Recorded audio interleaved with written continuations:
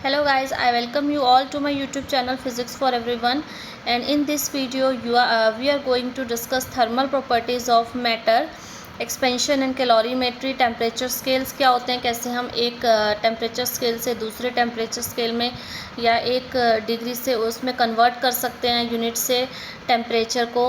उसके आगे face changes क्या होते हैं, फेस चेंज करनी है तो हमें कितनी हीट देनी है, टेम्परेचर बढ़ाना है तो हमें कौन सी हीट देनी है, ठीक है। थर्मल एक्सपेंशन क्या होता है, तो बहुत सारी चीज़ें हैं जो आप इस वीडियो को देखने के बाद आपको पता चलेंगी। जैसे एक्वेटिक लाइफ कैसे पॉसिबल है, ठीक है, जैसे बहुत ठंडी जगह है वहाँ पे एक्वेटिक लाइफ कैसे पॉसिबल है। जैसे 0 डिग्री पे आइस बन जाती है, ठीक है, तो वो लेक है, वो कम्प्लीटली उसका जो वाटर है वो आइस में क्यों नहीं चेंज होता, आइस की डेंसिटी कम क्यों होती है। तो बहुत सारे ऐसे कंसेप्ट्स हैं जो आपके इस वीडियो में अगर आप एंड तक बने रहेंगे तो आपके वो कंसेप्ट्स क्लियर हो जाएंगे। एंड द सेकंड थिंग, ये जो वीडियो है ये यूज़फुल होने वाली है उन सभी स्टूडेंट्स के लिए, those who are preparing for PGT physics exam, whether it may be HPSC PGT physics, HTET, NVS, KVS, DSSB, UPTET, जिस भी आप एग्ज़ाम की तैयारी कर रहे हो सब में ये टॉपिक इम्पॉर्टेंट है, थर्मल प्रॉपर्टीज़ ऑफ मैटर। सो इसी के बारे में आज हम डिस्कस करने वाले हैं, बहुत इजी तरीके से डिस्कस करेंगे, ठीक है। तो आई होप ये वीडियो आपको पसंद आएगी and please do like, share and subscribe the channel, और इस वीडियो में एंड तक बने रहिएगा, ठीक है। तो फर्स्ट टॉपिक हम अपना स्टार्ट करते हैं यहाँ पे टेम्परेचर। फर्स्ट ऑफ ऑल देखो, thermal properties of matter we are going to discuss here. So thermal से हमें क्या पता चलता है, थर्मल वर्ड जो है वो शो करता है टेम्परेचर को, ठीक है, टेम्परेचर को। और टेम्परेचर क्या है, डिग्री ऑफ हॉटनेस और कोल्डनेस ऑफ अ बॉडी, यानी कि कोई बॉडी है वो कितनी ज़्यादा हॉट है या कितनी ज़्यादा कोल्ड है, वो हमें कैसे पता चलता है, उसके टेम्परेचर से पता चलता है। क्या होता है, जब एक बॉडी बहुत ज़्यादा हॉट है और एक बॉडी कोल्ड है तो क्या होता है, हीट फ्लो होती है from hot body to cold body. Heat क्या है, heat is a type of energy, ठीक है, जो मॉलिक्यूल्स के पास काइनेटिक एनर्जी है उसी का सम हम बोलते हैं हीट एनर्जी। तो जब एक बॉडी हॉट है और एक बॉडी कोल्ड है तो heat always flows from hot body to cold body, और ये जो डिग्री ऑफ हॉटनेस और कोल्डनेस है that is known as temperature. और थर्मल प्रॉपर्टीज़ क्या है कि मैटर की वो प्रॉपर्टीज़ जो टेम्परेचर की वजह से है। जैसे टेम्परेचर बढ़ रहा है तो लेंथ में वेरिएशन आ रही है, एरिया में वेरिएशन आ रही है, वॉल्यूम में वेरिएशन आ रही है। तो टेम्परेचर को चेंज करने की वजह से किस किस प्रॉपर्टी में चेंजेस हो रहे हैं, क्या चेंजेस हो रहे हैं, that we will all going to discuss here in thermal properties of matter, ठीक है। तो सबसे पहले तो टेम्परेचर की हम बात कर रहे हैं तो टेम्परेचर स्केल्स के बारे में आप लोगों को पता होना चाहिए कि कितने टेम्परेचर स्केल्स हमारे पास होते हैं। तो हमारे पास 4 टाइप के टेम्परेचर स्केल्स होते हैं, जैसा कि आप यहाँ वीडियो में देख सकते हैं। 4 टाइप के temperature scales we have. So first one is Celsius scale, another one is Kelvin scale, Fahrenheit scale and Reaumur scale. Reaumur scale बहुत कम यूज़ होता है, बाकी 3 हमारे न्यूमेरिकल्स में मोस्टली यूज़ होते हैं। तो अब हमें एक जैसे सेल्सियस स्केल से कैल्विन स्केल में जाना है या कैल्विन स्केल से फ़ारेनहाइट स्केल में जाना है, तो हम कैसे जाएंगे, कैसे कन्वर्स करेंगे, कन्वर्जन रिलेशन क्या है वो हम यहाँ देखेंगे। कोई भी टेम्परेचर स्केल है उसमें 2 पॉइंट हम लेते हैं। एक लेते हैं हम आइस पॉइंट जिसको मैंने आईपी से रिप्रेजेंट किया है, एक लेते हैं वीपी यानी कि वेपर पॉइंट। आइस पॉइंट को हम फ्रीजिंग पॉइंट भी बोलते हैं। जो लोअर मोस्ट टेम्परेचर स्केल पे जो लोअर मोस्ट पॉइंट होता है उसको हम क्या बोलते हैं, आइस पॉइंट बोलते हैं। और जो टेम्परेचर स्केल पे अपर मोस्ट पॉइंट होता है उसको हम क्या बोलेंगे, वेपर पॉइंट या बॉइलिंग पॉइंट, ठीक है। नीचे वाले को क्या बोलेंगे, आइस पॉइंट या फ्रीजिंग पॉइंट, और ऊपर वाले को क्या बोलेंगे, वेपर पॉइंट या बॉइलिंग पॉइंट। और बीच में यहाँ देखो सेल्सियस स्केल में बीच में क्या लिखा है, सी क्या शो कर रहा है, कोई भी टेम्परेचर, जैसे हम टेम्परेचर मेज़र कर रहे हैं सेल्सियस स्केल से तो उस टाइम पे क्या टेम्परेचर है वो सी शो कर रहा है, ठीक है।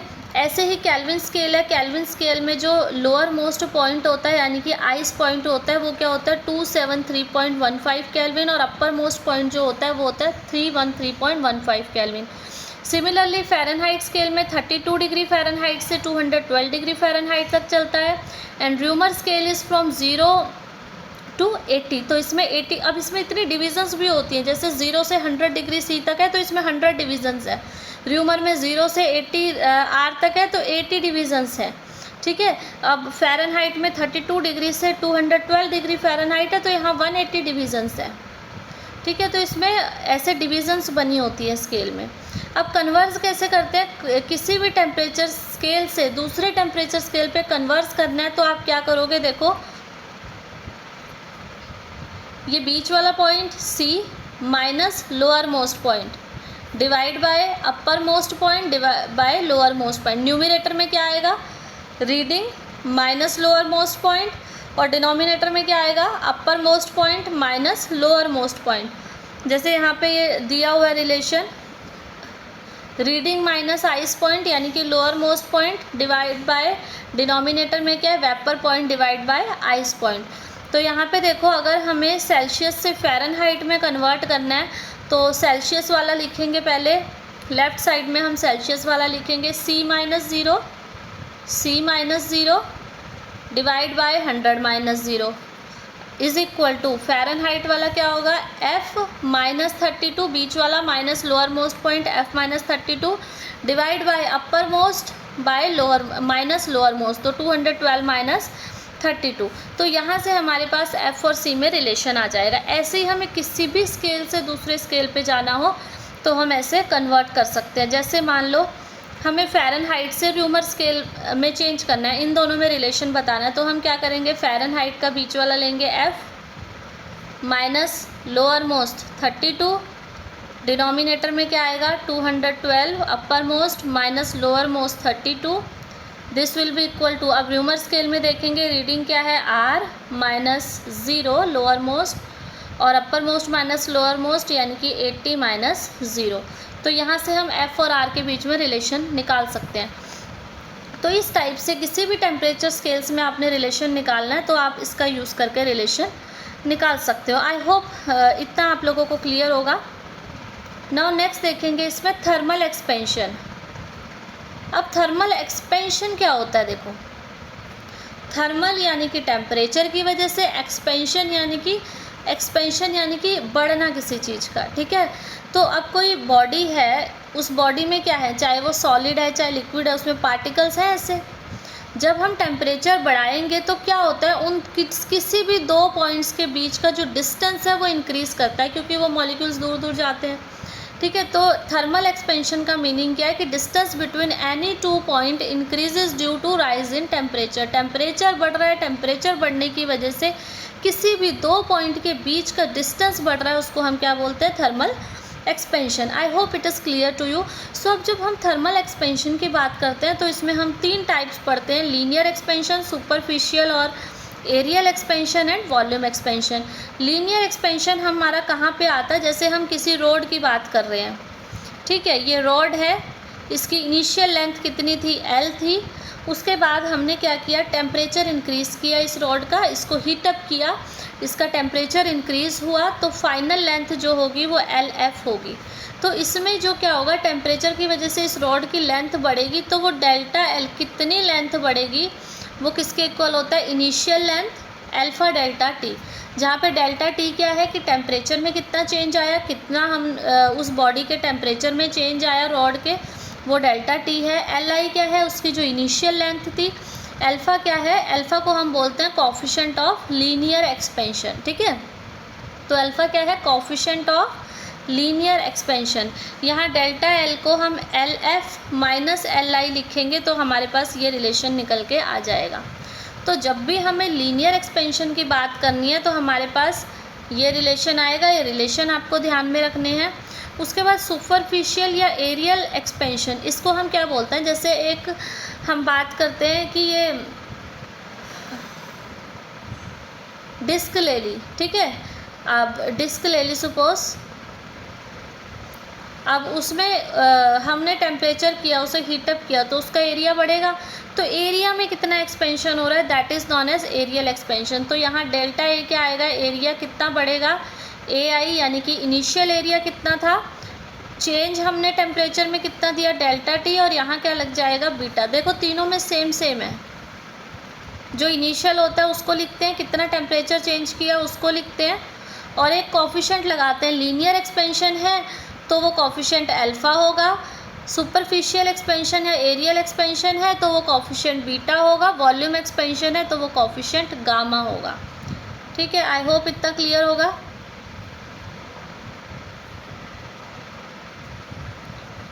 तो एरिया एक्सपेंशन में हम क्या लिखेंगे, डेल्टा एल, डेल्टा ए आई यानी कि initial area, beta delta T.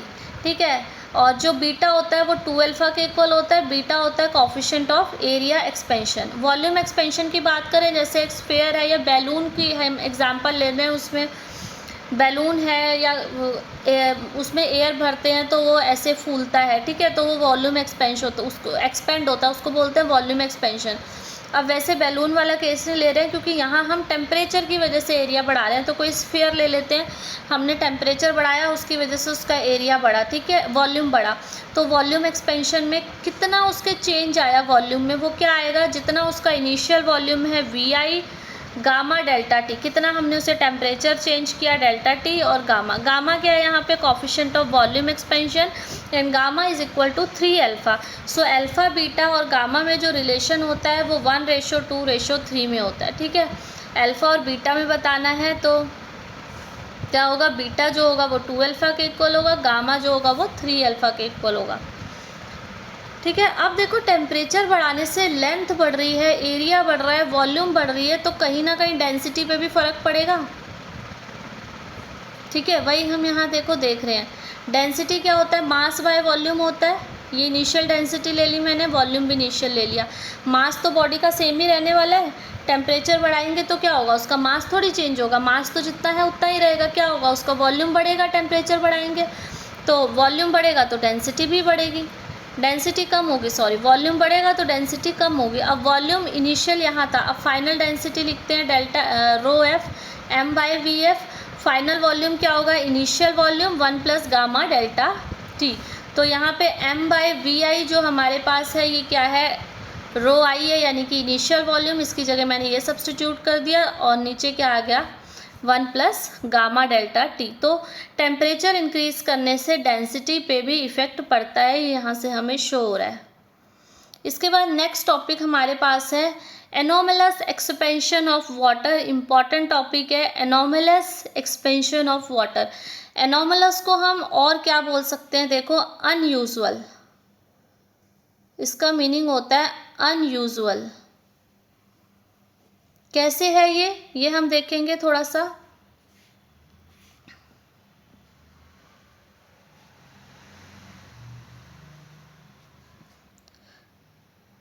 देखो ये वाटर है रूम टेम्परेचर पे 27 डिग्री सी, ठीक है, रूम टेम्परेचर पे ये वाटर है।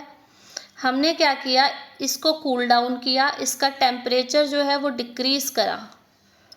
अब टेम्परेचर डिक्रीज़ करेंगे तो क्या होगा, जब भी किसी बॉडी का टेम्परेचर बढ़ाते हैं तो उसका वॉल्यूम बढ़ता है, जब टेम्परेचर डिक्रीज़ करते हैं तो क्या होगा, जो मॉलिक्यूल्स हैं वो पास आएंगे, ठीक है, और उसका जो वॉल्यूम है वो कम होगा। तो अब वाटर का क्या रह गया, ऐसा रह गया, वाटर जो है वो कॉन्ट्रैक्ट हो गया, ये आ गया हमारे पास 4 डिग्री सी पे। ठीक है, हमने 27 डिग्री सी पे वाटर पड़ा था रूम टेम्परेचर पे, उसको कूल डाउन किया, कहाँ तक किया, 4 डिग्री सी तक, तो वॉल्यूम डिक्रीज़ हुआ। ठीक है, वॉल्यूम डिक्रीज़ हुआ, और होना भी चाहिए, सही है, वॉल्यूम डिक्रीज़ होता है। लेकिन अब क्या है, 4 डिग्री सी से अगर हम इसको और कूल डाउन करेंगे, इसका टेम्परेचर और डिक्रीज़ करेंगे, तो अब क्या होगा, इसका जो वॉल्यूम है वो डिक्रीज़ होने के बजाय इंक्रीज़ होगा।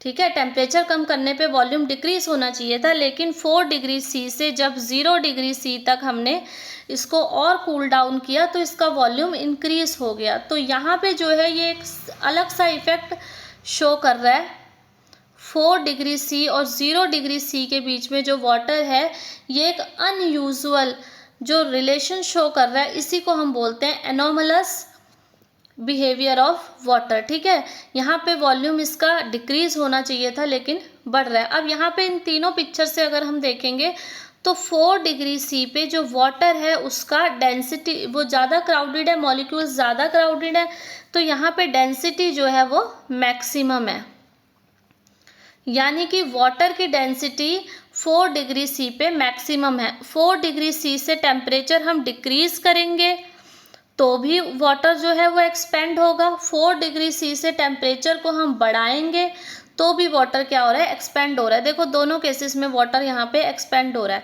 4 डिग्री सी से कम कर रहे हैं टेम्परेचर को तब भी वाटर एक्सपेंड हो रहा है, 4 डिग्री सी से ज़्यादा कर रहे हैं टेम्परेचर तब भी वाटर एक्सपेंड हो रहा है। तो इस बिहेवियर को हम क्या बोलते हैं, anomalous behaviour of water. I hope इतना आप लोगों को क्लियर हुआ होगा। एनॉमलस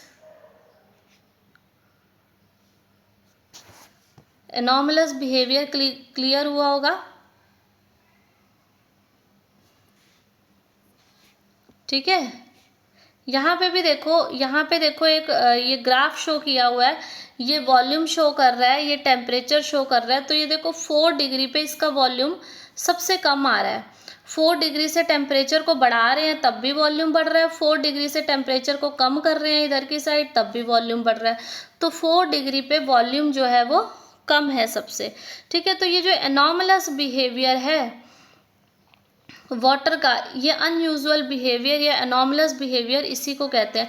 अब देखो इसके कॉन्सिक्वेंसेस क्या हैं, इससे क्या क्या होता है। अब देखो यहाँ 4 डिग्री सी पे हमारे पास क्या है, मैक्सिमम डेंसिटी है। ठीक है, अब देखो बहुत ठंडी जगहें हैं, वहाँ पे क्या होता है, जैसे लेक है, ठीक है, 0 डिग्री सी है, टेम्परेचर कितना है, 0 डिग्री सी है, ये लेक है। तो अब क्या होगा, 0 डिग्री सी पे ये लेक फ्रीज हो जानी चाहिए, यहाँ जो पानी है वो क्या हो जाना चाहिए, फ्रीज हो जाना चाहिए, आइस बन जाना चाहिए। तो अब क्या होता है, जो ऊपर वाली लेयर है वाटर की, ये धीरे धीरे ऐसे आइस बनना शुरू होती है। ठीक है, यहाँ का पानी जम जाता है, यहाँ ऊपर हमारे पास आइस बन जाती है। ठीक है, अब ये जो आइस है, ये जो नीचे वाला वाटर है, इसको प्रोटेक्ट करती है ऊपर वाले टेम्परेचर से। क्यों, क्योंकि अब देखो जैसे अगर मैं पानी का ग्लास लूँ और उसमें आइस क्यूब्स डालूँ तो हमने देखा है वो जो आइस क्यूब्स हैं वो ऊपर आ जाती है, नीचे नहीं जाती। लेकिन अगर हम किसी भी और सॉलिड चीज़ को, सपोज मैंने एक कॉइन लिया, कॉइन को पानी में डालूंगी तो वो क्या होगा, नीचे टिप हो जाएगा, सिंक हो जाएगा, नीचे चला जाएगा। लेकिन ऐसी आइस क्यूब्स जो हैं वो नीचे नहीं जाती, वो टॉप पे रहती है। क्यों रहती है, क्योंकि उनकी डेंसिटी कम होती है। अगर डेंसिटी ज़्यादा होती तो क्या होता, वो नीचे गिर जाती, लेकिन उनकी डेंसिटी कम है इसलिए वो ऊपर रहती है। अब यहाँ देखो मैक्सिमम डेंसिटी हमारी 4 डिग्री सी पे आई थी, 0 डिग्री सी पे क्या आ रही है, डेंसिटी कम हो जा रही है, और इधर की साइड 27 डिग्री सी पे जाएगी तब भी डेंसिटी कम हो जाएगी। अब 0 डिग्री सी पे जब यहाँ पे आइस बनती है तो वाटर का क्रिस्टलाइजेशन होना शुरू होता है। इस आइस क्यूब्स जो होते हैं, ठीक है, जब आइस बनती है तो एक हेक्सागोनल शेप का जो है, जो वाटर मॉलिक्यूल्स हैं वो खुद को एक हेक्सागोनल शेप में अरेंज कर लेते हैं। ठीक है, तो जब वो आइस बनती है वो हेक्सागोनल शेप में खुद को अरेंज करते हैं, उसके बीच में क्या होता है, स्पेसिस होते हैं, जिसकी वजह से जो आइस है, ठीक है, उसके जो मॉलिक्यूल्स हैं वो थोड़े दूर दूर होते हैं। जितना 0 डिग्री सी पे जो वाटर है उसके कंपैरिजन में उसके मॉलिक्यूल्स दूर दूर होते हैं और उसकी डेंसिटी कम होती है। तो यहाँ से एक चीज़ तो हमें पता चली कि 0 डिग्री सी पे, 0 डिग्री सी अगर टेम्परेचर हम लें, इसमें जो आइस की डेंसिटी होती है वो लेस होती है किससे, वाटर से। ठीक है, अब यहाँ पे देखो जब बर्फ़ जमनी शुरू होगी लेक के ऊपर, तो क्योंकि आइस की डेंसिटी कम होती है तो वो सिंक तो करेगी नहीं, वो आइस कहाँ रहेगी, टॉप पे रहेगी। आइस अगर यहाँ टॉप पे रहती है तो वो जो नीचे वाला पानी है उसके लिए इंसुलेटर की तरह काम करती है। अब जो नीचे वाला पानी है वो उसको अपनी हीट बाहर इन्वायरमेंट में नहीं देने देती, उसको ठंडा नहीं होने देती। तो जो नीचे वाला पानी है वो जो उसका टेम्परेचर है वैसा ही रहता है, और इसी वजह से यहाँ पे जो है वो एक्वेटिक लाइफ पॉसिबल है। ठीक है, यहाँ पे जो एक्वेटिक एनिमल्स हैं वो खुश रहते हैं। ठीक है, तो एक तो ये रीज़न है। लेक का। दूसरा हमने देखा है कि जो कोल्ड कंट्रीज होती है वहाँ पे वाटर पाइप ब्रस्ट हो जाती है, उसका भी रीज़न इसी एनॉमलस बिहेवियर से शो होता है। क्या होता है, जब टेम्परेचर कम होता है तो जो पानी है, पहले तो नॉर्मल पानी का फ्लो हो रहा था, ठीक है, लेकिन जब टेम्परेचर कम हुआ कोल्ड वेदर में क्या होगा, वो जो 0 डिग्री सी पे सपोज, तो वाटर क्या है वो आइस में चेंज होगा। जो आइस का वॉल्यूम है वो ज़्यादा होता है, ठीक है, आइस का वॉल्यूम ज़्यादा होता है, एक्सपेंड करेंगे तो पाइप क्या होगी, वो ब्रस्ट हो जाएगी। तो ये कुछ चीज़ें हैं जो एनॉमलस बिहेवियर की वजह से हमें देखने को मिलती हैं, ठीक है। तो ये होता है एनॉमलस बिहेवियर ऑफ वाटर कि 4 डिग्री सी पे वाटर की जो डेंसिटी होती है वो मैक्सिमम होती है। अगर हम 4 डिग्री सी से टेम्परेचर को कम करेंगे या टेम्परेचर को इंक्रीज करेंगे तो डेंसिटी जो होगी वो कम होगी, ठीक है। So this anomalous behaviour causes ice to form first at the surface of lake in the cold weather. अब इसी पे बेस्ड क्वेश्चन भी देखिए आप यहाँ पे, फर्स्ट क्वेश्चन देखेंगे, water is heated from 0 to 10 degree C, तो उसके वॉल्यूम पे क्या फर्क पड़ेगा, वॉल्यूम इंक्रीज होगा, डिक्रीज होगा, देन इंक्रीज होगा, डिक्रीज होगा या चेंज नहीं होगा। अब देखो यही मैंने ग्राफ से शो किया था, 0 से 4 डिग्री सी तक, और इसको ऐसे लेंगे 0 से 4 डिग्री सी तक और 4 से फिर 10 डिग्री सी तक। 4 डिग्री सी पे डेंसिटी जो होती है वो मैक्सिमम होती है, अभी हमने बात की, ठीक है। और डेंसिटी क्या होती है हमारे पास, mass by volume. Density maximum होगी तो वॉल्यूम क्या होगा, मिनिमम होगा। तो यहाँ पे जो वॉल्यूम होता है वो कम होता है, इससे इधर जाएंगे तब भी वॉल्यूम बढ़ेगा, इससे इधर जाएंगे तब भी वॉल्यूम बढ़ेगा। तो 0 से, अब 0 से 10 डिग्री सेंटीग्रेड जाना है तो सबसे पहले 0 से 4 डिग्री जाएंगे तो वॉल्यूम कम होगा, ठीक है, और फिर जाएंगे 4 डिग्री सी से 10 डिग्री तो वॉल्यूम बढ़ेगा।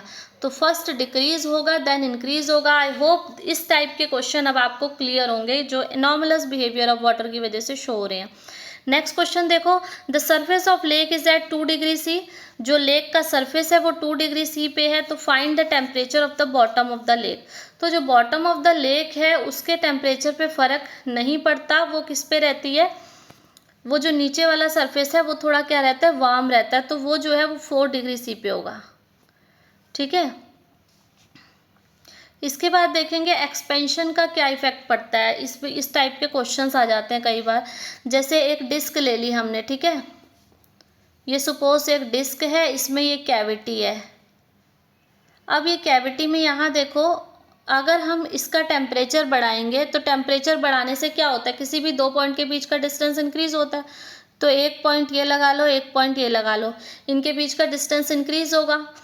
अगर हम टेम्परेचर बढ़ाएंगे तो ये डिस्टेंस इनके बीच का बढ़ेगा, डिस्टेंस बढ़ेगा तो रेडियस कैविटी की बढ़ेगी। तो फाइनल रेडियस हमारे पास क्या आएगी, इनिशियल रेडियस जो आर थी 1 + अल्फा डेल्टा टी, ठीक है। और डिस्क है तो एरिया एक्सपेंशन कितना होगा, फाइनल एरिया कितना आएगा, πr², जो इनिशियल एरिया था 1+, यहाँ पे एरिया एक्सपेंशन में क्या आता है, बीटा आता है, बीटा किसके इक्वल होता है, 2 अल्फा होता है, इसलिए यहाँ 2 अल्फा लिखा, डेल्टा टी। अब अगर डिस्क की जगह स्फीयर ले तो क्या होगा, वॉल्यूम एक्सपेंशन होगा, जो ये है ये तो वही रहेगा, रेडियस एक्सपेंशन तो वही रहेगा, लेकिन वॉल्यूम भी एक्सपेंड होगा। वॉल्यूम एक्सपेंशन क्या होगा, फाइनल वॉल्यूम क्या हमें मिलता है, initial volume. Initial volume sphere का क्या था, 4/3 πr³। और 1+ वॉल्यूम एक्सपेंशन में हम क्या यूज़ करते हैं, गामा यूज़ करते हैं, गामा को 3 अल्फा होता है तो मैंने 3 अल्फा लिख दिया, डेल्टा टी, ठीक है। तो इस टाइप के क्वेश्चंस आते हैं। ऐसे ही ये मैंने एक रिंग ले ली, इसके बीच में यहाँ पे गैप है। अब क्या होगा, अगर हम टेम्परेचर को बढ़ाएंगे तो इन 2 पॉइंट्स के बीच का डिस्टेंस इंक्रीज होगा, यानी कि डी इंक्रीज होगा। कितना चेंज आएगा, initial D 1 + alpha delta T. Similarly यहाँ पे कोई 2 पॉइंट है, इनके बीच में डिस्टेंस इंक्रीज होगा, लेंथ फाइनल क्या आएगी, इनिशियल 1 + अल्फा डेल्टा टी, ठीक है। इस पे बेस्ड ये क्वेश्चन है, देखो, a solid ball of metal has concentric spherical cavity. Solid ball है, उसमें क्या है, एक कैविटी है spherical, with in it if the ball is heated. अगर हम उस बॉल को हीट करेंगे तो वॉल्यूम क्या होगा, वॉल्यूम ऑब्वियसली इंक्रीज होगा, क्योंकि 2 पॉइंट के बीच का डिस्टेंस इंक्रीज होगा, तो कैविटी का वॉल्यूम क्या होगा, इंक्रीज होगा, ठीक है। नेक्स्ट देखेंगे apparent expansion of liquid. Liquid का एक्सपेंशन अब हम यहाँ देखेंगे। इसमें हमने क्या कंसीडर किया है, देखो ये आर्टिकल की फॉर्म में भी आ जाता है, क्वेश्चन की फॉर्म में भी आ जाता है कई बार, तो इसको ध्यान से समझना। देखो यहाँ पे हमने क्या लिया है, एक वेसल लिया है, ये एक वेसल है, ठीक है, इसके अंदर हमने क्या पानी भर दिया है। ये जो वेसल है, अब जब हीट करेंगे तो क्या होगा, वेसल में भी जिस भी मटेरियल का होगा वेसल भी एक्सपेंड करेगा और वाटर भी एक्सपेंड करेगा। तो वेसल का जो एक्सपेंशन है, कोफिशिएंट ऑफ एक्सपेंशन, उसको गामा वी लिया है। जो लिक्विड का एक्सपेंशन है उसको क्या लिया है, गामा एल लिया है। तो जब हम टेम्परेचर इंक्रीज करते हैं तो वॉल्यूम एक्सपेंशन कितना होता है, वेसल का, ठीक है, डेल्टा वी किसका, वेसल का। वेसल का क्या होगा, इनिशियल वॉल्यूम दोनों का सेम था सपोज वी नॉट, तो इनिशियल वॉल्यूम वी नॉट, और इसके लिए गामा क्या है, गामा वी डेल्टा टी। ऐसे ही लिक्विड का volume expansion, initial volume we not, coefficient of expansion gamma L liquid के लिए और डेल्टा टी। तो अपेरेंट एक्सपेंशन इसका हम कैसे लिखते हैं, अपेरेंट एक्सपेंशन लिखते हैं इनिशियल वॉल्यूम कितना था, वी नॉट, और यहाँ अपेरेंट जो गामा होता है वो क्या लिखते हैं हम, gamma L minus gamma V, और साथ में डेल्टा टी। तो अब ये जो गामा अपेरेंट है इस पे देखो क्या होता है, गामा अपेरेंट क्या होता है, gamma L minus gamma V. तो अगर ये गामा ग्रेटर देन ज़ीरो है, ग्रेटर देन ज़ीरो है तो gamma L minus gamma we,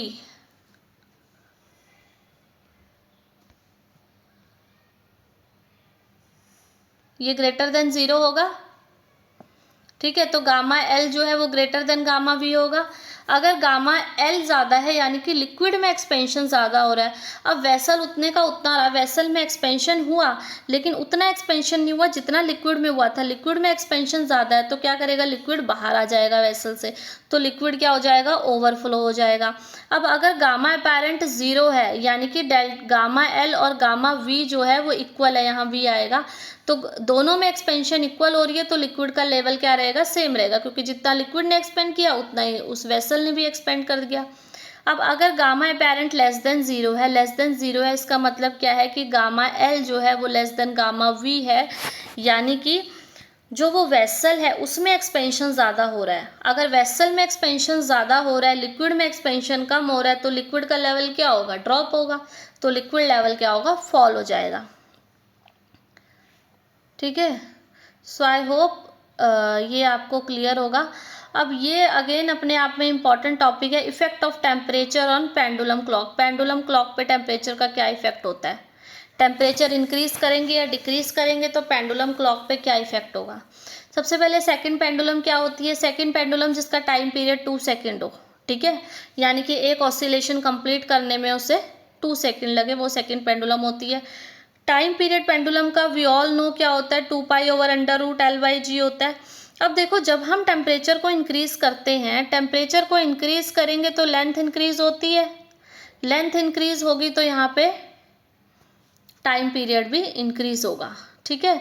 अब यहाँ जो टाइम पीरियड है उसको मैंने कैपिटल टी से लिया, इसलिए टेम्परेचर को डेल्टा थीटा से ले लिया, ठीक है। टेम्परेचर में चेंज कर रहे हैं वो हम डेल्टा थीटा से यहाँ रिप्रेजेंट कर रहे हैं, और टी यहाँ पे क्या है, टाइम पीरियड है। अब देखो फर्स्ट हमने क्या किया, फर्स्ट केस में टेम्परेचर इंक्रीज किया, अगर हम टेम्परेचर इंक्रीज करते हैं तो लेंथ इंक्रीज होगी, लेंथ इंक्रीज होगा तो क्या होगा, टाइम पीरियड इंक्रीज होगा, टाइम पीरियड क्लॉक का इंक्रीज होगा, यानी कि जो वो पहले 2 सेकंड ले रही थी ऑसिलेट करने में, अब वो उसका टाइम पीरियड इंक्रीज हो गया, 4 सेकंड हो गया या 6 सेकंड हो गया, तो वो ज़्यादा टाइम ले रही है, ठीक है, एक ऑसिलेशन कंप्लीट करने में अब वो ज़्यादा टाइम ले रही है। अगर वो ज़्यादा टाइम ले रही है इसका मतलब क्या है, हम कह सकते हैं कि क्लॉक क्या हुई है, स्लो डाउन हुई है, क्लॉक स्लो होगी, इट लूजेस टाइम, तो हम क्या कह सकते हैं, क्लॉक बिकम स्लो और लूजेस टाइम। इसका ऑपोजिट केस, अगर हम टेम्परेचर कम कर देते हैं, टेम्परेचर कम करेंगे तो क्या होगा, लेंथ कम होगी, लेंथ कम होगी तो यहाँ से टाइम पीरियड भी कम होगा। अगर टाइम पीरियड कम हो गया, सपोज वो एक ऑसिलेशन 2 सेकंड में पूरा कर रही थी, टाइम पीरियड कम हो गया, अब वो एक ऑसिलेशन 1 ही सेकंड में पूरा कर रही है, तो अब हम क्या कहेंगे कि क्लॉक ने क्या किया, टाइम गेन किया है, तो फास्ट होगी क्लॉक या टाइम गेन किया है। तो ये ध्यान हमें रखना है, जब भी टेम्परेचर इंक्रीज होगा तो क्लॉक लूज करेगी टाइम या स्लो हो जाएगी, और टेम्परेचर कम होगा तो वो फास्ट हो जाएगी।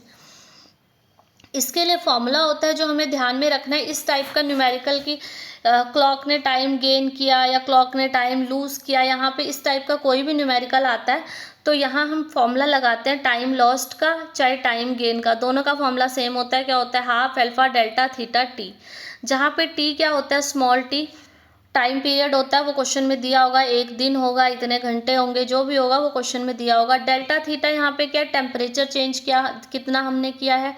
Alpha coefficient of linear expansion है।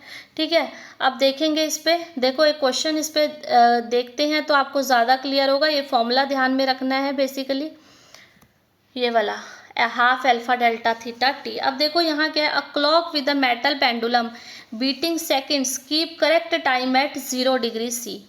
करेक्ट टाइम वो कब दे रही है? 0 डिग्री सी पे दे रही है। ठीक है, इफ़ इट लूजेस 12.5 सेकेंड। ठीक है, ये देखो टाइम लॉस्ट, लूजेस यानी कि टाइम लॉस्ट, टाइम लॉस्ट कितना हुआ है? 12.5 सेकेंड हुआ है। ठीक है, अ डे यानी कि टाइम पीरियड यहाँ पे क्या दिया हुआ है? 1 डे दिया हुआ है। At 25 degree C, initial temperature 0 degree था, फिर क्या हुआ? 25, तो time lost is equal to half alpha delta theta कितना दिया हुआ है? 25 माइनस 0 25, और टाइम पीरियड टी। ठीक है, ये 1 डे दिया हुआ है। हमें कोफिशिएंट ऑफ लीनियर एक्सपेंशन यानी कि अल्फा की वैल्यू निकालनी है। अब देखो यहाँ पे इस वाली इक्वेशन से 12.5 इंटू 2 डिवाइड बाय 25 इंटू में टी, यह आ गया यहाँ से अल्फ़ा। ठीक है, 12.5 इंटू 2 क्या होता है? 25, और ये 25 नीचे 25 कैंसल आउट हो जाएगा, तो अल्फ़ा क्या आ जाएगा? 1/t। और टी क्या है यहाँ पे? 1 डे, 1 डे में 24 आवर, 24 आवर 24 आवर, 1 आवर में 60 मिनट और 1 मिनट में 60 सेकेंड। तो इसको हम कैलकुलेट करेंगे तो ये आ जाएगा 86400 हमारे पास। तो यही हमारे पास अल्फ़ा की वैल्यू आ जाएगी। ठीक है, तो 86400, सो यहाँ पे ये हमारा सही हो जाएगा। I think it is clear to you. तो ये हमारे पास टाइम लॉस या टाइम गेन से इस टाइप के क्वेश्चंस हमें देखने को मिल सकते हैं। नेक्स्ट देखेंगे कि जो टेम्परेचर है उसका रॉड पे क्या इफेक्ट होता है बिटवीन वॉल्स। देखो हमें पता है टेम्परेचर इंक्रीज करेंगे तो रॉड की लेंथ तो इंक्रीज होगी, लेकिन अब उसी रॉड को हमने दोनों साइड वॉल्स के बीच में रख दिया। ठीक है, अब क्या होगा? ये रॉड जो है वो बढ़ना चाह रही है, लेकिन वॉल ने उसको दोनों तरफ से दबा रखा है, वो उसको बढ़ने नहीं दे रही है। वॉल क्या कर रही है? उस पर नॉर्मल फोर्स लगा रही है। ठीक है, अगर वो एक साइड से बढ़ रही है तो वॉल ऐसे इधर को फोर्स लगा रही है ताकि वो ना बढ़े, नॉर्मल फोर्स। तो कितना वॉल फोर्स लगाएगी? जितना उसमें एक्सपेंशन होगा, जितना वो बढ़ना चाहेगी, उतना ही वॉल अपोजिट फोर्स लगाएगी उसको रोकने के लिए। तो क्या बोला है यहाँ कि टेम्परेचर इंक्रीज करने के साथ लेंथ इंक्रीज होगी, delta L alpha delta T आएगा। लेकिन एन क्या होगा? एन की वैल्यू क्या होगी? जितना एक्सपेंशन होगा डेल्टा एल, उतना ही एन क्या करेगा? उसे कंप्रेस करेगा। तो यहाँ थर्मल स्ट्रेस क्या आएगा हमारे पास? हमारे पास कोफिशिएंट, ये मॉडुलस ऑफ इलास्टिसिटी का फॉर्मूला होता है stress by strain. Stress by strain होता है ना, स्ट्रेन को लॉन्गिट्यूडनल स्ट्रेन क्या आता है? Delta L by L. तो यहाँ से थर्मल स्ट्रेस हमारे पास क्या आ जाएगा? Gamma delta L divide by L, ये आ जाएगा थर्मल स्ट्रेस। ठीक है, और यहाँ पे देखो एल की वैल्यू हमने ले ली, यहाँ डेल्टा एल क्या है? एल अल्फ़ा डेल्टा टी है, इसको यहाँ सब्स्टिट्यूट करेंगे gamma L alpha delta T divide by L, तो एल से एल कैंसल आउट हो जाएगा, तो गामा अल्फ़ा डेल्टा टी हमारे पास थर्मल स्ट्रेस निकल के आ जाएगा। स्ट्रेस क्या होता है? जो भी फोर्स लगता है डिवाइड बाय एरिया। फोर्स यहाँ कंप्रेशन फोर्स क्या लग रहा है? N by area A is equal to gamma alpha delta T.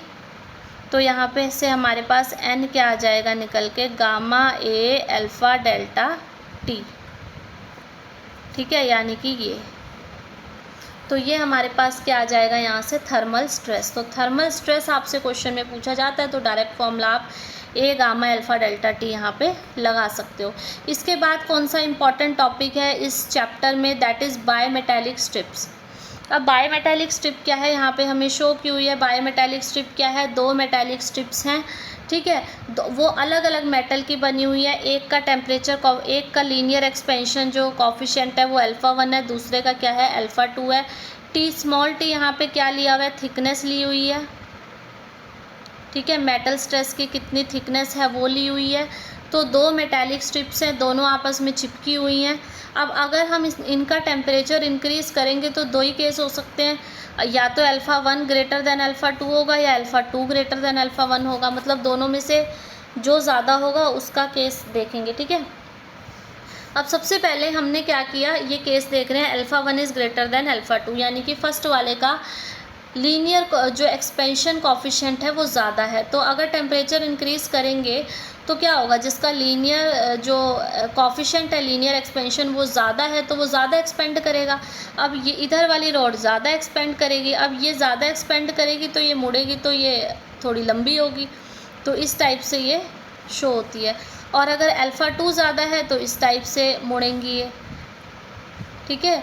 तो लेकिन दोनों के केस में चाहे वो किस टाइप से भी मुड़ी हो, दोनों के केस में जो R की वैल्यू रहेगी वो क्या आएगी, T thickness divide by delta T, यानी कि टेम्परेचर चेंज कितना किया है। और यहाँ पे क्या आएगी α1 माइनस α2, अगर α1 बड़ा है, अगर α2 बड़ा है तो α2 माइनस α1। सो ये फॉर्मूला आप लोगों को याद रखना है बेसिकली, ठीक है।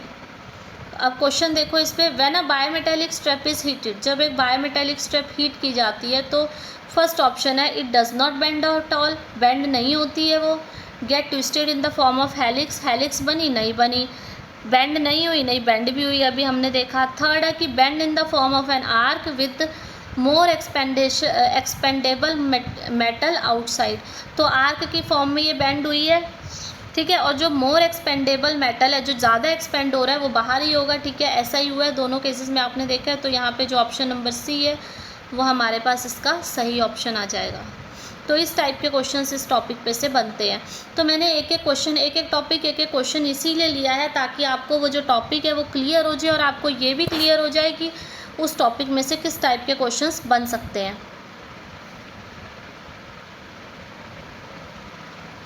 नेक्स्ट देखेंगे कैलोरीमेट्री, हीट एक्सचेंज की। अब देखो एक चीज़ इसमें मैं बताऊंगी, कोई बॉडी है हम उसको हीट दे रहे हैं, ठीक है। कोई बॉडी है हम उसको हीट दे रहे हैं, अब वो हीट क्या करेगी, या तो उसका टेम्परेचर इंक्रीज़ करेगी, पहले क्या करेगी उस बॉडी का टेम्परेचर इंक्रीज़ करेगी, फिर उस बॉडी में फेस चेंज आएगा, यानी कि वो लिक्विड से वेपर में जाएगी या सॉलिड से लिक्विड में, कुछ भी होगा। तो सबसे पहले क्या होगा, तो एक हीट तो हमें देनी पड़ी उसका टेम्परेचर चेंज करने के लिए और एक हीट हमें देनी पड़ी उसका फेस चेंज करने के लिए। तो यहाँ पे देखो ये दो बॉडी ए और बी दी हुई है, ए का टेम्परेचर T1 है, बी का टेम्परेचर T2 है। अब T1 T2 से ज़्यादा है, यानी कि ए जो बॉडी है वो हॉट बॉडी है, बी जो है वो कोल्ड बॉडी है। तो हीट कहाँ जाएगी, hot body to cold body flow होगी, तो हीट कहाँ जाएगी, ए टू बी जाएगी। तो हीट लॉस बाय ए, ये जो फॉर्मूला है ये कैलोरीमेट्री का है कि हीट लॉस बाय ए, जितनी हीट ए ने लॉस की उतनी हीट जो है वो बी ने गेन की। Heat loss by A is equal to heat gain by B. और हीट लॉस या हीट गेन क्या होता है, एमएस डेल्टा टी।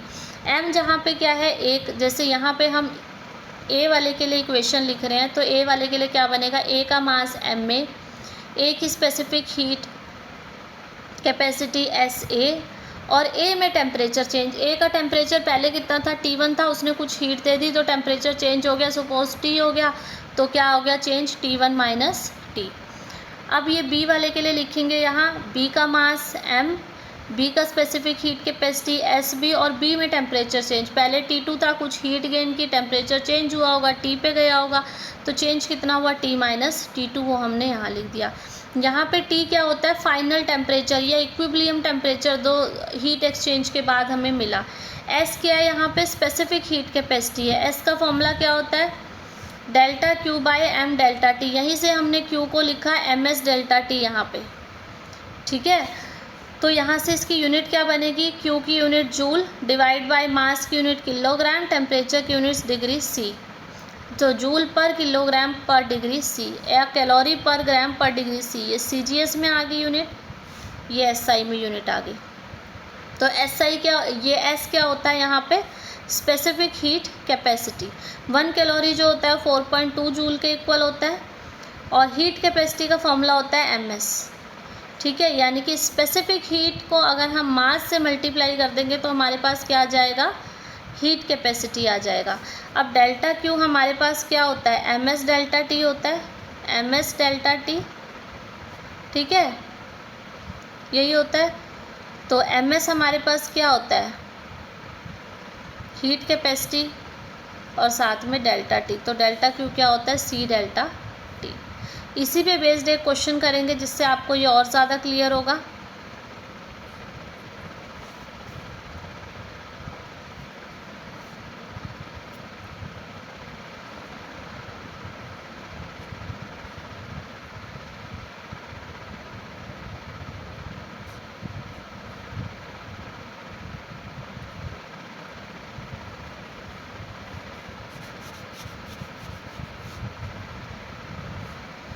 देखो यहाँ पे क्या किया है, 100 gram, when 100 gram of liquid A at 100 degree C is added to 50 gram of liquid B at temperature 75 degree C। हमने क्या किया है, 100 ग्राम A का लिया 100 डिग्री C पे, उसको ऐड किया, प्लस किस में ऐड किया, 50 gram of liquid B, 50 gram of B at temperature 75 degree C। हमने इन दोनों को मिक्सअप कर दिया, 100 ग्राम A का और 50 ग्राम B का हमने मिक्स कर दिया, दोनों अलग अलग टेम्परेचर पे हैं, वो हमें दिया हुआ है। तो बाद में the temperature of the mixture become 90 degree C। तो बाद में जो टेम्परेचर हो गया मिक्सचर का, उनको मिक्स करने के बाद जो टेम्परेचर हुआ वो 90 डिग्री C हुआ। अब देखो जो A है वो 100 डिग्री C पे है, जो B है वो किस पे है, 75 डिग्री C पे है। तो A ने हीट लूज़ की होगी और B ने हीट गेन की होगी। तो A का टेम्परेचर कम होगा कुछ और B का टेम्परेचर कुछ बढ़ जाएगा।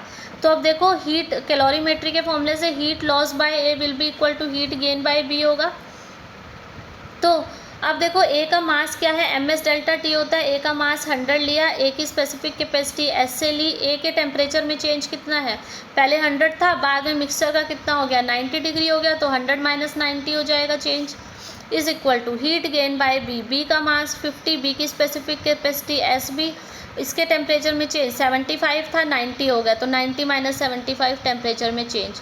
तो एक इक्वेशन ये आ गई, इसको इक्वेशन नंबर फर्स्ट मैंने कह दिया। यहाँ से SA की वैल्यू भी निकाल ली हमने सॉल्व करके। अब इससे आगे क्या होता है क्वेश्चन में, देखो the temperature of the mixture if 100 gram of liquid A at 100 degree C is added to 50 gram of liquid B at 50 degree C, तब क्या होगा। यानी कि अगर हम अब इन दोनों को 100 ग्राम लिक्विड A है और 50 ग्राम लिक्विड B है, वो 100 पे है, ये 50 डिग्री पे, इन दोनों को मिक्सअप करेंगे तो अब टेम्परेचर जो मिक्सचर का है वो कितना होगा ये पूछा है। तो 100 gram of A 100 degree C पे plus 50 gram of B 50 degree C पे हमने किया, तो heat lost is equal to heat gain होगा। अब देखो M 100, इसका हीट कैपेसिटी S से, टेम्परेचर में चेंज पहले 100 था, कुछ कम हुआ होगा, सपोज T पे है, तो क्या आएगा 100 minus T temperature change is equal to, यहाँ मास क्या है 50, इसकी स्पेसिफिक हीट कैपेसिटी SB, और टेम्परेचर में चेंज क्या है, यहाँ 50 है, कुछ बड़ा होगा टेम्परेचर, T बड़ा होगा। बाद में मिक्सचर का टेम्परेचर हमें निकालना है, सपोज वो T हो गया, तो चेंज कितना आया T माइनस 50, वो यहाँ सब्स्टिट्यूट कर दिया। अब ये इक्वेशन फर्स्ट है, देखो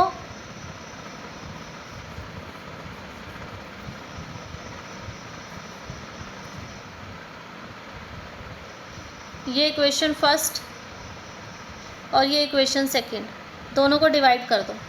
डिवाइड करेंगे क्या आएगा, देखो SB यहाँ पे पहले लेफ़्ट साइड पे देखो क्या बचेगा, 100 से 100 कैंसिल हो जाएगा, SA से SA कैंसिल हो जाएगा, 100 माइनस 90 10 बचेगा, और divide by second 100 minus T, और इधर से देखो 50 से 50 कैंसिल आउट, SB से SB कैंसिल आउट, 90 माइनस 75 15, और नीचे T माइनस 50। तो यहाँ से हमारे पास एक इक्वेशन आ गई, इससे हम इजीली कैलकुलेट करके टेम्परेचर मिक्सचर का निकाल सकते हैं 80 डिग्री C। तो इस टाइप से आप इस क्वेश्चन को कर सकते हैं, और यहाँ पे ऐसे ये फॉर्मूला यूज़ होता है कि एक बॉडी हीट दे रही है तो दूसरी बॉडी हीट ले रही है, तो जितना हीट लॉस एक बॉडी करेगी उतना ही दूसरी बॉडी हीट गेन करेगी। यहाँ पे हम ये ज्यूम करके चलते हैं कि सराउंडिंग में जो हीट लॉस है वो 0 है। ठीक है। अब देखो लास्ट टॉपिक है हमारे पास फेस ट्रांसफॉर्मेशन इस चैप्टर का। तो फेस ट्रांसफॉर्मेशन क्या होता है, देखो सपोज वाटर है, वाटर सबसे पहले हमने क्या किया, उसको वाटर को कूल डाउन किया, जितना भी उसका टेम्परेचर था उसको कूल डाउन किया। मान लो 25 था, 25 से उसको 0 डिग्री पे लेके आए, ठीक है। तो टेम्परेचर चेंज हुआ, टेम्परेचर चेंज होने पे क्या आता है, MS डेल्टा T आता है। उसके बाद जब 0 डिग्री C पे ही वाटर आइस में कन्वर्ट हो रहा है, तो क्या हो रहा है, वाटर से आइस में कन्वर्ट हो रहा है, उसको फेस ट्रांसफॉर्मेशन हो रहा है। तो फेस ट्रांसफॉर्मेशन के लिए जितनी हीट रिक्वायर्ड होगी, उस हीट को, जो हीट रिक्वायर होती है फेस ट्रांसफॉर्मेशन के लिए, उसको हम क्या बोलते हैं, लेटेंट हीट, ठीक है। वहाँ से आता है लेटेंट हीट। तो कितनी हीट रिक्वायर्ड होती है फेस ट्रांसफॉर्मेशन के लिए, वो होती है M×L, जहाँ पे M क्या है, मास, और L क्या है, लेटेंट हीट। तो फॉर्म इसका यूनिट क्या बनेगी यहाँ से लेटेंट हीट की, Q/M, यानी कि जूल डिवाइड बाय किलोग्राम या कैलोरी पर ग्राम। अब दो टाइप की होती है, लेटेंट हीट ऑफ फ्यूज़न होती है और लेटेंट हीट ऑफ वेपराइजेशन होती है। जब भी सॉलिड से लिक्विड में ट्रांसफॉर्मेशन हो रहा है, यानी कि आइस से वाटर बन रहा है या वाटर से आइस बन रही है, तो हम क्या कहेंगे, लेटेंट हीट ऑफ फ्यूज़न। जब भी लिक्विड से गैस जा रहा है, जैसे लिक्विड वाटर से स्टीम वेपर्स बन रहे हैं या वेपर से लिक्विड में कन्वर्ट हो रहा है, तो उसको हम क्या कहेंगे, latent heat of vaporization. Ice के लिए और स्ट्रीम के लिए ये वैल्यू आपको लर्न करनी है। आइस के लिए लेटेंट हीट ऑफ फ्यूज़न जो होता है वो 80 कैलोरी पर ग्राम होता है, और स्टीम के लिए latent heat of vaporization 540 calorie per gram होता है, ठीक है। अब जब फेस चेंज होता है तब टेम्परेचर क्या होता है, कांस्टेंट रहता है। बहुत इंपॉर्टेंट बात है जो आपको ध्यान में रखनी है कि जब भी फेस चेंज होगा तब टेम्परेचर कांस्टेंट रहेगा। अब ये जो फेस ट्रांसफॉर्मेशन का ग्राफ है, ये इस टाइप का शो होता है, ठीक है। ये ग्राफ आपको क्वेश्चंस में भी देखने को मिलते हैं। अब यहाँ पे ग्राफ में देखो क्या हो रहा है, सबसे पहले AB, जो AB पार्ट है ये किसको शो कर रहा है, सॉलिड को शो कर रहा है। मैंने यहाँ साइड पे लिखा भी है, ठीक है। यहाँ से टेम्परेचर चेंज कितना हो रहा है, -T1 से T2। अब B से C क्या है, B से C, जैसे सपोज यहाँ पे क्या है, आइस है, A से B पे क्या है, आइस है। अब यहाँ पे आइस से वाटर बनेगा B से C। B से C वो टाइम है जहाँ पे फेस चेंज हो रहा है, यानी कि आइस से वाटर बन रहा है। तो यहाँ T2 क्या आ जाएगा, मेल्टिंग पॉइंट, आइस मेल्ट हो रही है, तो T2 क्या आ जाएगा यहाँ, मेल्टिंग पॉइंट। फिर C से D पे फिर टेम्परेचर इंक्रीज हो रहा है, T2 से T3। फिर D से E पे फिर फेस ट्रांसफॉर्मेशन हो रही है, यहाँ पे एक फेस ट्रांसफॉर्मेशन हुई, यहाँ पे एक फेस ट्रांसफॉर्मेशन हुई। D से E पे क्या होगा, जो लिक्विड बना होगा वो वेपर में कन्वर्ट होगा, ठीक है। तो यहाँ पे जो ये टेम्परेचर T3 होगा, ये क्या होगा, बॉइलिंग पॉइंट। ये T2 क्या था, मेल्टिंग पॉइंट था, और ये क्या T3 क्या आ गया हमारे पास, बॉइलिंग पॉइंट, ठीक है। और EF क्या आ गया, फिर यहाँ पे ये क्या बनेगा, यहाँ वेपर फॉर्म होएगी। यहाँ क्या थी, लिक्विड फॉर्म, यहाँ क्या थी, सॉलिड फॉर्म, ठीक है। अब हीट की अगर बात करें, देखो Q1 क्या है यहाँ पे, Q1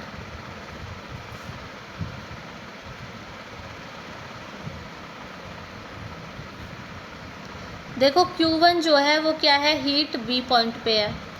अब A से B तक आने के लिए हमें कितनी हीट देनी पड़ी, A से B में कोई फेस ट्रांसफॉर्मेशन तो हो नहीं रहा है, सॉलिड है तो वो सॉलिड है, लेकिन A से B से में टेम्परेचर इंक्रीज़ हो रहा है, -T1 से T2 चला गया टेम्परेचर। तो जब टेम्परेचर इंक्रीज़ हो रहा हो, किसी बॉडी के टेम्परेचर इंक्रीज़ करने के लिए हीट देनी हो, तो वो क्या होती है, MS डेल्टा T। तो M specific heat capacity solid की आएगी SS, और टेम्परेचर में चेंज क्या हुआ, T2 माइनस T1, तो ये T2 + T1 आ जाएगा यहाँ पे, ठीक है। अब Q2 की बात करें तो क्या, Q2 - Q1 क्या होगा। अब Q2 - Q1 वो हीट है जो B और C के बीच में है, यानी कि जब B और C के बीच में देखो टेम्परेचर चेंज नहीं हो रहा, T2 टेम्परेचर है, T2 टेम्परेचर मेल्टिंग पॉइंट है। यहाँ पे आइस जो है वो वाटर में मेल्ट हो रही है, मेल्टिंग पॉइंट है, और यहाँ पे टेम्परेचर चेंज नहीं हो रहा, यानी कि फेस चेंज हो रहा है। टेम्परेचर कांस्टेंट है तो फेस चेंज होगा। तो ये हीट कितनी है, यहाँ जो हीट हम दे रहे हैं वो किस लिए दे रहे हैं, फेस चेंज करने के लिए दे रहे हैं। और जब फेस चेंज करने के लिए हम हीट देते हैं तो क्या देते हैं, लेटेंट हीट। तो यहाँ क्या आएगी, M×LF, LF यानी कि लेटेंट हीट ऑफ फ्यूज़न। उसके बाद देखो Q3 - Q2। अब Q3 - Q2 यहाँ पे देखो C to D temperature increase हो रहा है, T2 to T3 गया, तो हम क्या करेंगे, M into M S delta T, M S L temperature में चेंज, T3 माइनस T2, फिर Q4 माइनस Q3 करेंगे तो यहाँ पे D और E के बीच में फेस चेंज है, टेम्परेचर कांस्टेंट है, तो लेटेंट हीट ऑफ वेपराइजेशन आएगा M into LV। I hope ये आप लोगों को क्लियर हुआ होगा कि जब भी टेम्परेचर में चेंज आएगा तब हम एम एस डेल्टा टी लगाएंगे, और जब फेस ट्रांसफॉर्मेशन होगी तो टेम्परेचर कांस्टेंट रहेगा तो हम लेटेंट हीट देंगे, तो हम हीट एनर्जी का फॉर्मूला ml लगाएंगे।